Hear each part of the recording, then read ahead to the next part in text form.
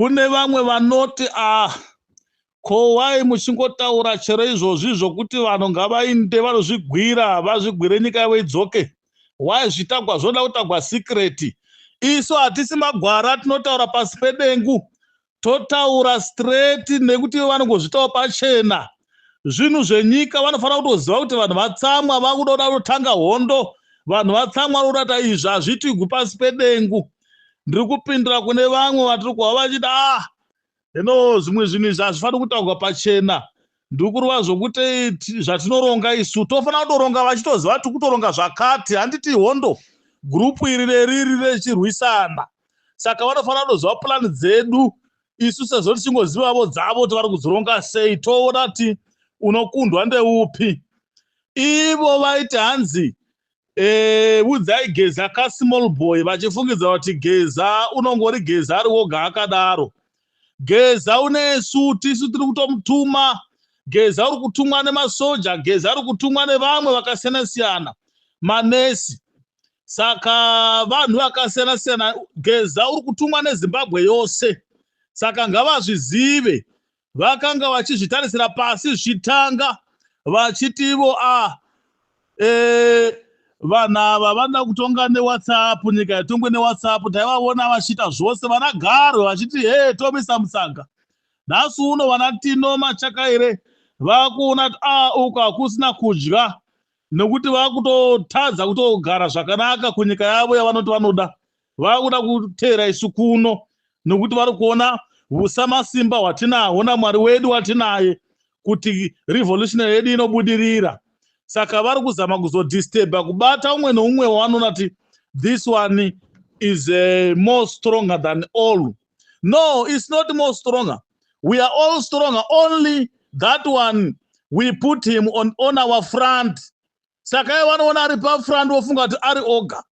Saka pavanomubata paya kana pavanomunyaradza, vachaona gurupu riri kumashure kuti ririko ndo ranga richimutuma. Ngavaziva kuti zvinhu zveZimbabwe, Zimbabwe haisiri prazi reZANU-PF, harisiri prazi raMnangagwa, haisiri Prikebi. Zimbabwe inyika yavanhu, ndo vari kutuma vaGeza. Saka vanofanira kutoziva kuti chero zvatiri kutaura zviya zvimutemo zvavakati futa hadzibatwi. Ndosaka tichiti tinotodzibata nenkani. Ivo vane vakadzibata munguva yaSmith achitouraya achitoti hadzibatwi kusvika vava navo nyika iyoyo. Saka tava kutovavudza iko zvino kuti nesuvo tautonobata futi tigoita zvamakaitavo izvozvo, tigoiwana sekuiwana kwamakaita. Haisi secret yokuti tingataura pasi pedengu kana kuti totya tozosungwa kana kuti vanozoti chiva Mnangagwa. Vanofanira kutozviziva kuti ndo zvatakutoronga nokuti ivo ndo vazvitanga. Isu hatina bvura tavadena, hatina bvura tagwa navo. Ivo vatogwa nesu pavasvika vachivhara line dzose dzinoita kuti tirarame, vadzivhara vaMnangagwa. Saka isusu tofanira kunyarara tichivharirwa line dzedu nemunhu wakabva kuZambia kuya kuzobloka isu kuti tirarame zvakanaka munyika medu. Hatina isu kukumbira kuzvagwa muZimbabwe. Takatongozvagwamo nokuti Mwari wakati tizvagwe muZimbabwe, ndo zvakarongwa naMwari. Iye wakazvarirwa kuZambia uko. Dei isu takazvarirwa kuZambia, tingadai nanhasi tichingonetsa tiri kuZambia. Saka toenda here, toenda kuSouth Africa toti toda mapassport, toda maID ekuSouth Africa. Hatingaiti zvinhu zvakadaro. Matakazvarirwa ndo matinofira. Kana nyoka kana nzou yakura iri mumba, tinoona plani kuti tingaita sei kuti ibude mumba. Zimbabwe nyika yedu, Zimbabwe takaipiwa naMwari. Saka iwe ukauya uchi haunge ndiwo samasimba, uzive kuti haiwa hausi samasimba, zvinopera chete. Rimwe zuva uchazviita zvokunongedza nechigunwe kuti ndaimbori apo pachigaro chiri papo, usisipo. Saka WhatsApp iya yakutambudza, hamuchakwanisi kurara, hamuchakwanisi kugara pasi, hamuchakwanisi kufunga, makungowa. Ukaona president ungowa pasi kuwa negotsi tea. Ndakamona achifamba akabatwa achida kutowa, ndikaona kuti WhatsApp iya yavaitiwo haitongi nyika. WhatsApp ine simba. Musakanga mwana weZimbabwe kuti muno muSouth Africa mamusina mafoni kare. Kana tisingakanganisi unofanira mukadzi umwe ainzi Lilian Ngoi, kana tisingakanganisi wakakwanisa waishanda mumba akashandisa foni imwe chete iyoyi kufonera vakadzi vese vemudzimba vachifonerana nefoni yabhosi wavo abuda ofonera kune umwe bhosi achifonera kumushandi vachifonana kusvika vashandi vasangana nelandline yemurungu pamapurazi nemudzimba. Vanhu vakasvika kusangana vakaita mastrike vafambi vakabata zvitupa vakaramba nyaya dzezvitupa vanhu vakaungana. Saka foni musaitarisira pasi, foni ine simba kupfuura chero pfuti nekuti inosanganisa ari kuLondon ari kupi neari kupi zvavo zvokuti anzi foni haitongi nyika, foni ndiyo inotonga nyika. Wai vakukona kurara, wai vakunyarara, hakusina kana umwe uchambotaura zvokupikisana nesu zvavaita tichitanga paya. Mukatarisa nyaya 2030 yanyaragwa iko zvino vapusa iko nova kutozviona kuti aiwa zvinhu izvika izvi nyika ine varidzi vari kutoramba apa. Saka foni yaya maitaura muchiti nyika yatongwe neWhatsApp aiwa foni inotonga, WhatsApp inotonga nyika. Saka ngatiendere mberi nokurwira hama dzedu ana Blessed Mhlanga, ngatiendere mberi nokubatsira, ngatiendere mberi nokuva nezviimiswa kana kuti tive nemainstitution edu anobatsira nesu mukutambudzika medu tichisangana nematambudziko akadai.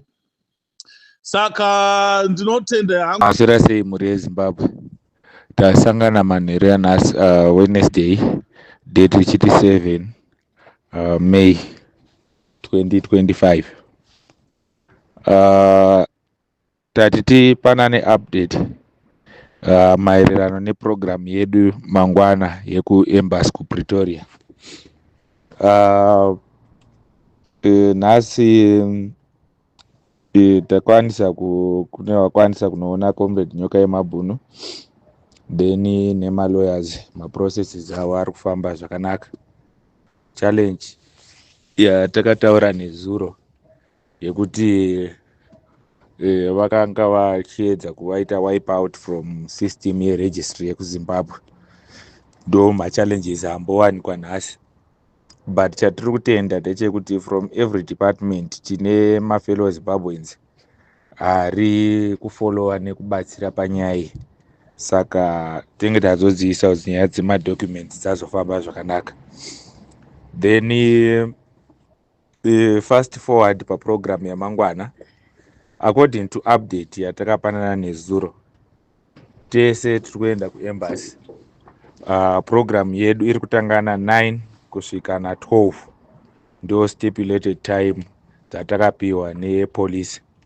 So kubva kwese kunzvimbo dzamuri ngatitei make sure kuti vari kupita mumakombi 9 o'clock tinenge tasvika, then toita program tiri pamwepo. Yes, tinawo machallenges. Tine vamwe vanga vachifonera administration vachiti tibatsirei tikwanise kuwana transport. Nyaya yetransport takataura nezvayo kuti tanga tiine chido chekugadzira nyaya dzetransport, but machallenges atiri kuwana ndeyekuti munozoona mobilization of funds dzaakuitwa kunzvimbo dzakasiyana siyana, topedzisira futi taakunetsana kuti pane mari yakabiwa. Ndo zvakaita kuti tisaise homwe yekuti tibatsirane matransport. Vari mudhuze, vari kuPretoria vanokwanisa kufamba ngatifambei tisvike panzvimbo. Then Johannesburg anzi munokwirira paMTN, then kudzimwe nzvimbo ndodaira kuti munoziva kwamunokwirira, then isisi tinenge tiripo. Saka tosangana kuprogram mangwana. Then tichibva paishu yekuembassy, then ticharonga mamwe maprotests kuZimbabwe. I'm sure this program haisi kuzoperera ipapo, taakuenda kuground kuZimbabwe. So patichaita urongwa hwekuZimbabwe todaira kuti tobatana tese tibude kudarika zvakaitika musi wa31. Dambudziko ratiri kuita nezvigananda even vakatuma mapurisa kuzokushungurudzai inyaya yekuti patinenge tati vanhu budai, muri kubuda muri vashoma nevashoma, but tinoziva chakonzeresa inyaya yekuti hatisi kuwana command from the ground. ndo challenge yatiri kuita. Saka tichapagadzirisa ipapo kuti whatever zvinenge zvatei tichiita zvinenge zvakarongwa tiri paground zvichikurukurwa in channels, tichiziva kuti communications ese vanhu vange vari very clear kuti tiri kuita sei. So tichaiti maprotest ekuti anorongwa tisipo paground. Tinenge tiripo paground, tinenge tichikuupdateai zvichanga zvichiitika. Kana tati ngatibudei, it means kuti munhu wese tazvipira kuti ngatibude. So hatizodi vanoti vanodzoka kumashure, ndo zvinozoita kuti vashoma vazopedzisira vasungwa nenyaya yekuti tinenge tisina kubatana, inyaya yekushaya unity. Saka unity ndo yatokurudzira. Mangwana Pretoria takataurirana kuseni kuti hatina vanhu vari kuenda kuconsulate yekuJohannesburg, hatina application kana permit yedemonstration iri kuconsulate. Demonstration yakaaprovwa nemapurisa, mapepa makamatumirwa nemaadministration iri kuPretoria embassy. So ngatisanganei mangwana, tinotenda.